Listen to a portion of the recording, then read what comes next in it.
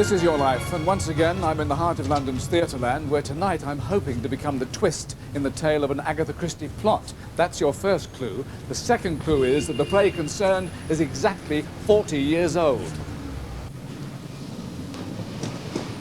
More clues. Richard Attenborough was its first leading man, and more than 9.5 million people have seen it. Now, the man I'm after has been involved with this and many other West End plays. What's more, he's married to one of our best-loved television personalities, who is Katie Boyle. Katie, hello. Hello, Michael. Well, the plot thickens, although there isn't actually a performance this afternoon, is there? No, not at the moment. He thinks he's got a television interview, and he's going to be sitting in the same chair that has been on the stage for 40 years. And that's what he thinks, because I'm taking that position this afternoon. Good. We better get a move on. We better, yes.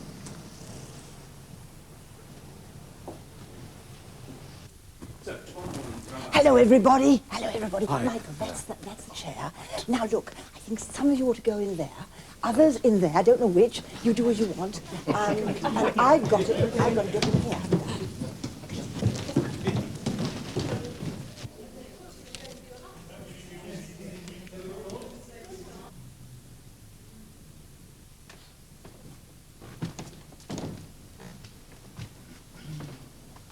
Hello, Ian. Hello, Peter. How's it going? Hello, nice to see you. How are you? Very well, thanks.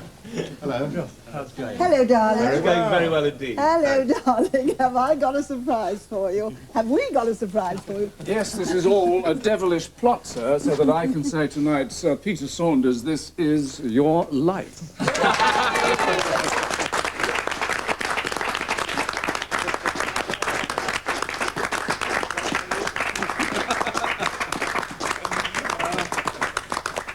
We have a lot of stories to tell about the 40 years of Mousetrap and slightly longer of yourself back at our studios in Teddington.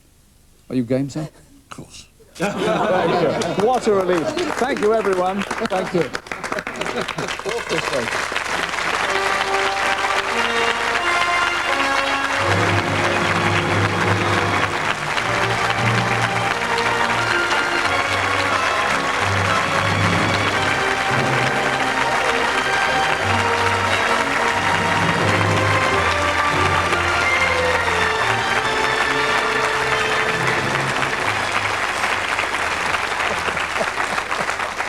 Well, that was Act 1, Scene 1 of our story, which moves from films to newspapers, dance bands to theatre. And you met Katie on the opening night of a play, I believe. Yes, a murder is announced. And Katie, when Peter proposed, you had an extra reason for saying yes. Well, it was another woman in his life. It was a four-footed woman. It was a little dog called Jojo. And I felt I had to marry him so that I could look after both of them. So you bought a new lead for them both. That's very right. Sweet. And there you are on your wedding day, which is August the 28th, 1979, in Lausanne. Right now, as I mentioned, you're celebrating another milestone date. 1952 saw the opening night in the West End of The Mousetrap. Since then, 37 actors have played the leading role of Detective Sergeant Trotter. The very first was then Mr. Richard Attenborough. Hello, Peter.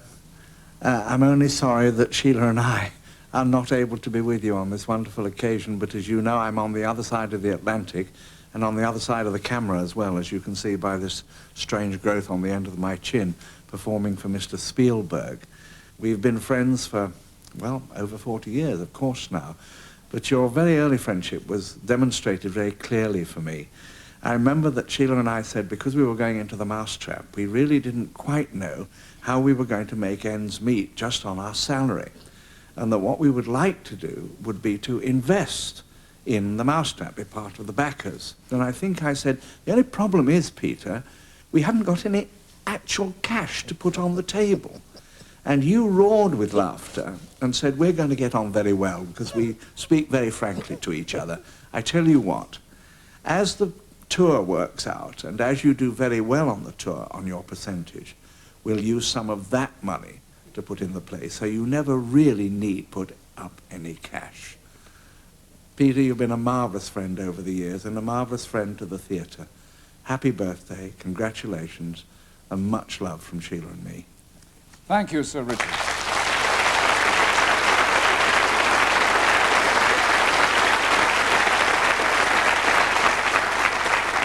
Well, another star you worked with closely in the early 50s was the late Margaret Lockwood. There you are with her and Agatha Christie. Dame Agatha had written Spider's Web with my mother and myself in mind. It is Julia Lockwood and her husband, Ernest Clark.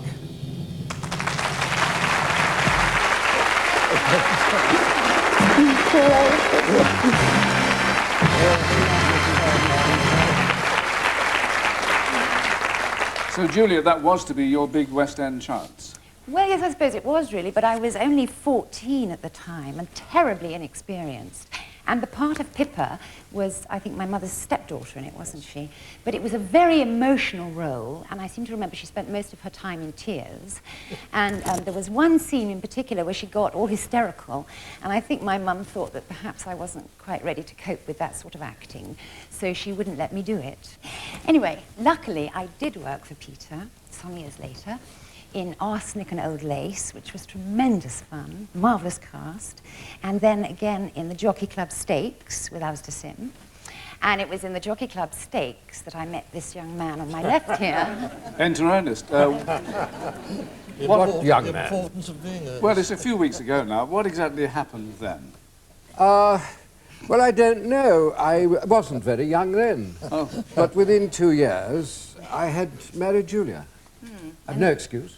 I think that's fair enough. And now we've got 5 children between us, no money, a house in Somerset we can't sell, and it's all your fault. But I would, if I might, just like to pay a special tribute to Peter on behalf of my mother, who would have wanted to be here so much, and on behalf of Herbie. Yes. Now, Herbie was Herbert de Leon, who was my mother's agent and my agent, and a very dear, dear friend of Peter's. Both my mother and Herbert thought the world of Peter, and so do I. Thank you, Julia Lockwood and Ernest Clark.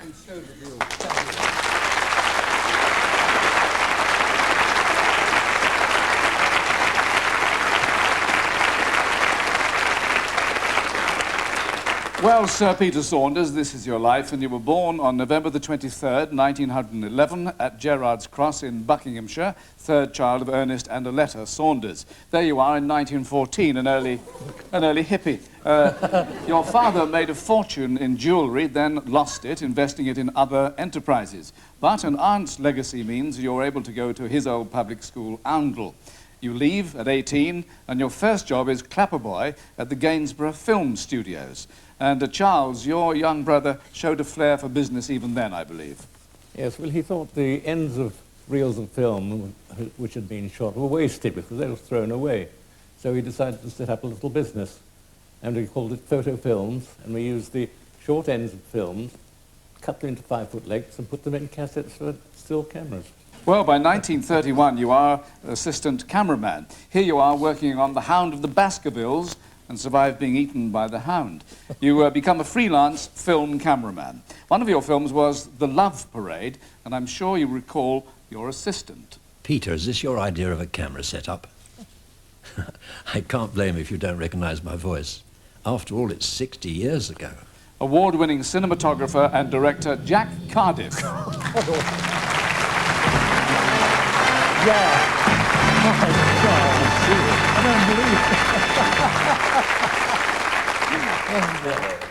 Jack, your credits are so many, the Red Shoes, African Queen, Black Narcissus, but Peter was once your boss. Yes, he was my governor 60 years ago.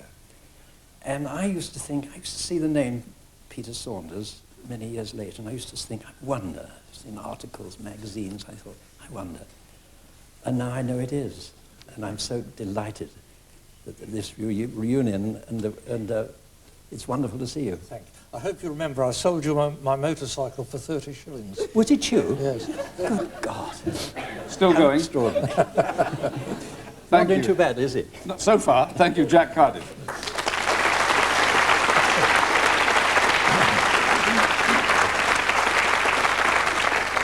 Well, you try your hand at independent filmmaking in the mid-30s, but how did you rate your work as film director? Oh, very indifferent. You know, I was just learning as I went along. I'd seen other people do it, but obviously not for me. Well, the final credits roll on your film career in 1935, and you decide to have a crack at journalism. A director of the Daily Express in Fleet Street gives you a letter of introduction to their Glasgow office. You start work as a freelance, and you're paid per column inch. And Peter, you made sure you found digs in Sauchiehall Street, where you got a big breakfast. You met him on your first day there in 1935, former editor of the Daily Express, Ian McColl, and old pal and rival on the Glasgow Evening News, Max McCausland.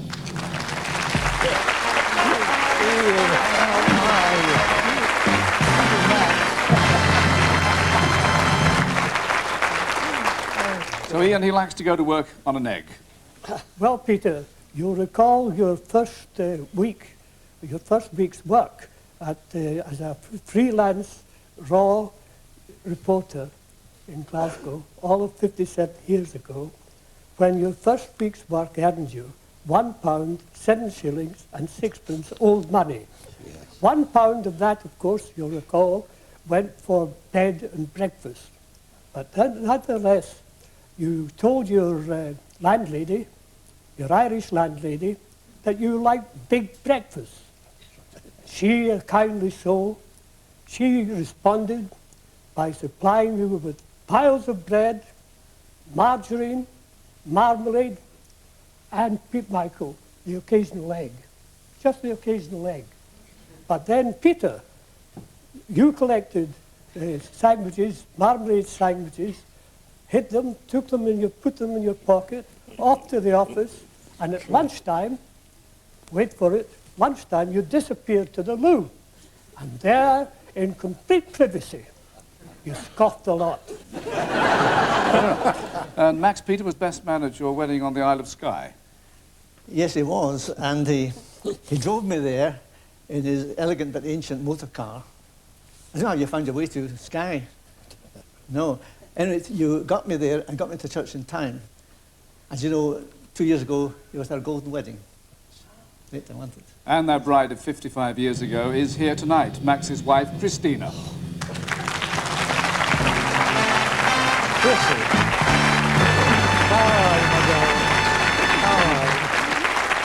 Thank you, the Glasgow connection. Thank you very much.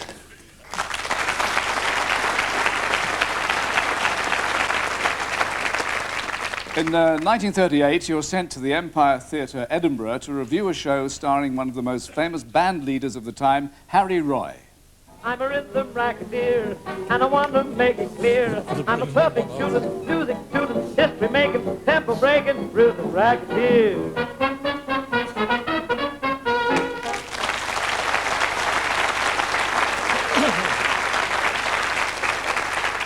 Well, Harry Roy was so impressed by your write-up, he asked you to become his permanent press agent. Around that time, you also met the girl who was to become your first wife, the late Anne Matthews. At the outbreak of war, you joined the army as a private soldier, later becoming a captain in the intelligence corps. During that time, you bought a play written by a serviceman for £50. Demobbed, you were determined to get the play on in the West End. Fly Away Peter opened on August the 12th, 1947, as London sweltered in a heat wave.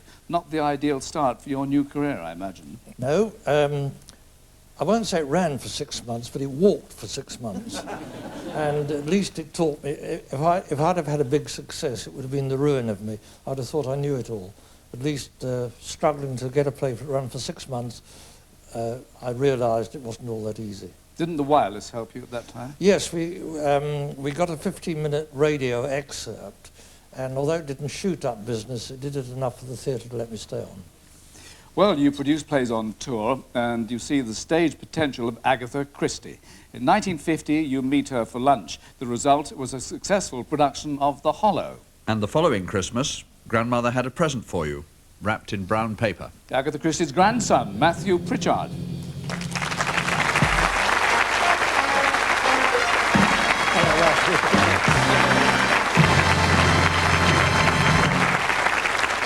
Matthew, when Peter opened the parcel, he found what? Well, he found a play that at that stage was called Three Blind Mice. And I remember a scene shortly after that lunch party at my home in Wales. I was 9 at the time, and I used to have an evening bath, and my grandmother was striding up and down the room, cursing and swearing and saying, why aren't I allowed to call this play Three Blind Mice, because there was apparently another play or book called that.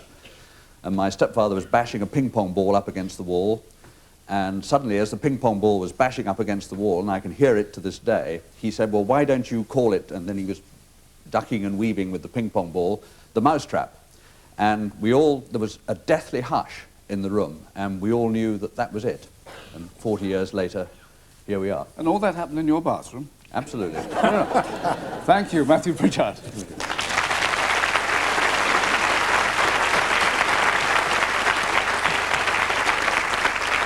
Well, in 40 years, the Mouse has trapped a cast of 259 and an audience of 9.5 million so far.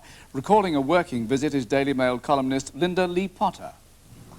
Hello, Peter. Do you remember we first met 17 years ago when I came to interview you? On the day the piece appeared in the Daily Mail, playwright William Douglas Hume wrote your little verse saying, you can call him Mr. Mousetrap, you can call him Mr. Pete, you can call him good old Saunders if you worship at his feet. But by far the best description of the fellow that I know is courteous, charming, gentlemanly, impresario. After that, you often used to say, let's have one of our for no reason at all lunches.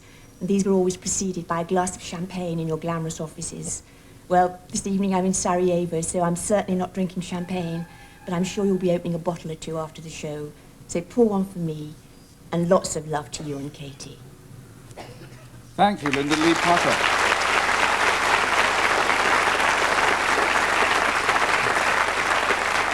Well, next came your production of Agatha Christie's Witness for the Prosecution, equally successful on Broadway. Peter Saunders, man of many parts, had found the right role. Scores of productions follow, including a favourite of yours, based on the life of showman Charles B. Cochrane in 1973, called Cocky. And you said, you've got a part in it if you can roller skate. Comedy star Avril Angers.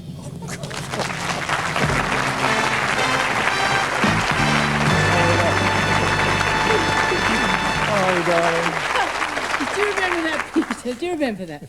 My agent phoned up and he said, I had this extraordinary call from Peter Saunders who said, I want Avril for my next show, and can she roller skate? And I said, well, what? He said he wouldn't tell me what it was about.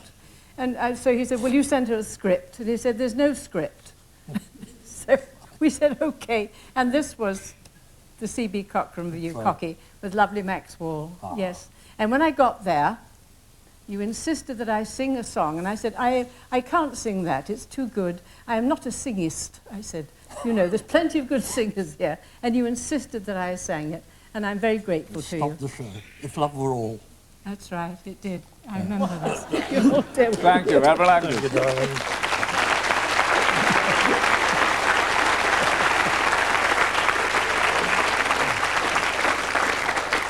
Away from the theatre, your greatest pleasure is watching cricket and enjoying the commentaries. And it gives me the greatest pleasure to know that I send you to sleep, Peter. Voice of cricket, Brian Johnston.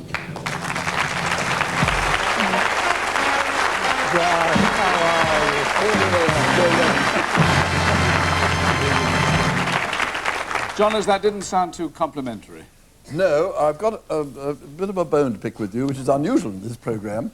Katie tells me that, very nicely, the good news is you keep a little collection of my books by your bedside. The bad news is that before you go to bed, you get in there, and you take one of my books, put your glasses on, and start to read it. After about 30 seconds, the glasses fall off, the chin hits the thing, and you go to sleep. So obviously I'm the best cure for insomnia there's ever been. Thank you. Anyhow, we've known each other for more years than it's run, hasn't it? Yeah. Watching cricket. Yeah. Lovely to see you. Have a good Thank evening. you, Brian. Thank you, Brian Johnston.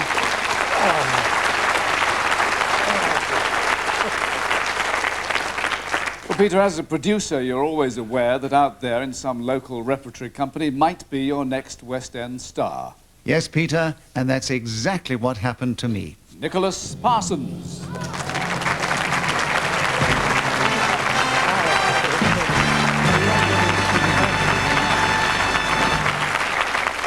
So, Nicholas, Peter discovered you. Well, in a way, yes, because I was in repertory in Bromley at the New Theatre, and Peter had an interest in the management and used to come frequently to see the shows there. And many years later, when John Gale asked me to take over the lead in Boeing, it had to go to one of your theatres, Peter, and you had to approve the casting. And I'm pleased to say you did approve, and you gave him my first chance to star in the West End, and I've never forgotten it. You are a true man of the theatre, and we love and respect you for it. Thank you, Nicholas. Thank you. Katie, lovely to Nicholas see you. Parsons. Thank you.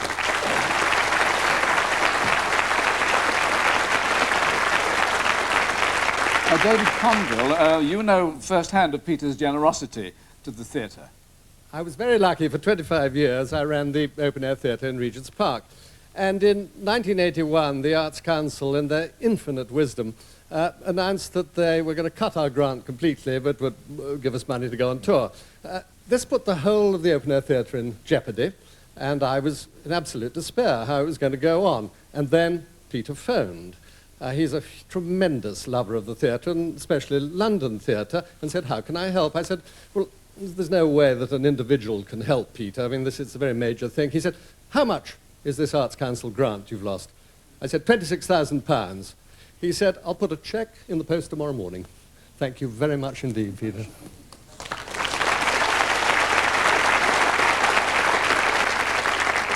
Well, it didn't go unnoticed because in 1981 you were knighted for your services to the theatre.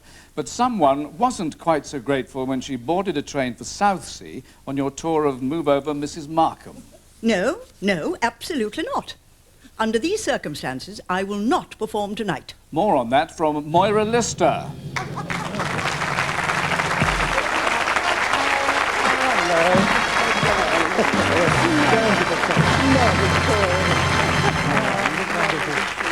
Moira, what brought on this terrible threat? Well, it was me trying to get the better of Peter, of course, and failing abysmally. No, it was the opening week of Move Over Mrs. Markham, and we were going down to Southsea, and I got on the train quite happily and got in with Ray Cooney and John Chapman and everybody else into a first-class compartment, and the ticket collector came round and said, tickets, please. They all gave their tickets, which were first class, and I gave mine, and it was a third-class ticket.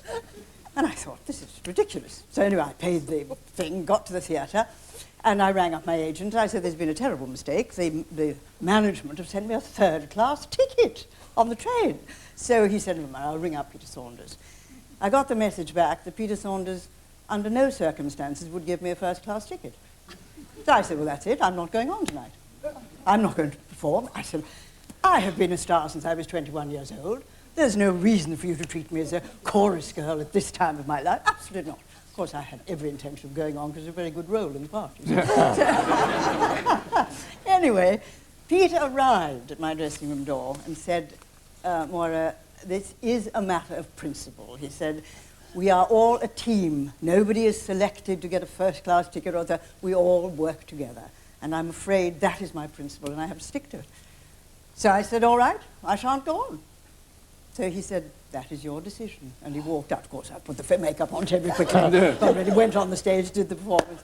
And I have to say that the next day I got the most wonderful present from Peter, which must have cost him 50 times more than the little difference of the thing. But he had stuck to his principle. And that was really what it was all about. And I learnt about principles from that. But I do want, on behalf of the theatre and the people in it, I want to really pay a tribute to Sir Peter for being really one of the most wonderful men in the theatre. There are not many like him, and we are so lucky to have him among us doing the wonderful things he does. And he's just one of the greatest people that I've ever had the privilege to work for. And God bless you, and thank you on behalf of the theatrical profession for being there and looking after us the way you do. Thank you. Sir Peter Saunders.